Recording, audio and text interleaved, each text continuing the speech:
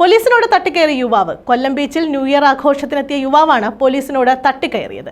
പുതുവത്സരാഘോഷം സുരക്ഷിതമാക്കാൻ കൊല്ലം city police പരിധിയിൽ നിയന്ത്രണങ്ങൾ കർശനമാക്കുന്നതിനിടയിലായിരുന്നു സംഭവം.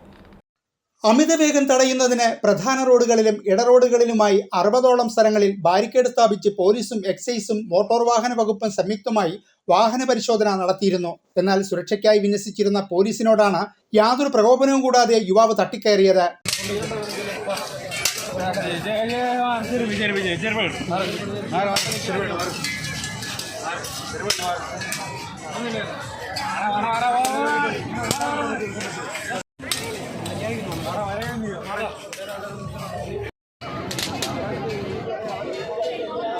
കൊല്ലം ബീച്ചിൽ ന്യൂ ഇയർ ആഘോഷത്തിന് എത്തിയതായിരുന്നു യുവാവെന്ന് പോലീസ് പറയുന്നു.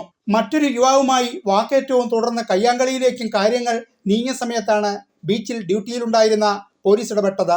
ഇതോടെ യുവാവ് പോലീസുകാർക്കെതിരെ തിരിഞ്ഞു. എന്നാൽ പോലീസ് സംയമനം പാലിച്ചു. യുവാവ് സംയമനം പാലിക്കാൻ കൂട്ടാക്കിയതുമില്ല. തുടർന്ന് യുവാവിനെ മറ്റൊരു സുഹൃത്ത് കൂട്ടിക്കൊണ്ടുപോവുകയായിരുന്നു. ന്യൂ ഇയർ പ്രമാണിച്ച് കൊല്ലം സിറ്റി പോലീസ് കമ്മീഷണറുടെ മേൽനോട്ടത്തിൽ 4 ACPമാരുടെ നിയന്ത്രണത്തിൽ 15 പോലീസ് ഇൻസ്പെക്ടർമാരും 200ഓളം SIമാരുമടക്കം 700 പോലീസ് ഉദ്യോഗസ്ഥരും എക്സൈസ് മോട്ടോർ വാഹന വകുപ്പ് ഉദ്യോഗസ്ഥരും ഉൾപ്പെടെയുള്ള ടീമിനെയാണ് പുതുവർഷം സമാധാനമാക്കാൻ നിയോഗിച്ചിരുന്നത്. ന്യൂസ് ബ്യൂറോ, കൊല്ലം.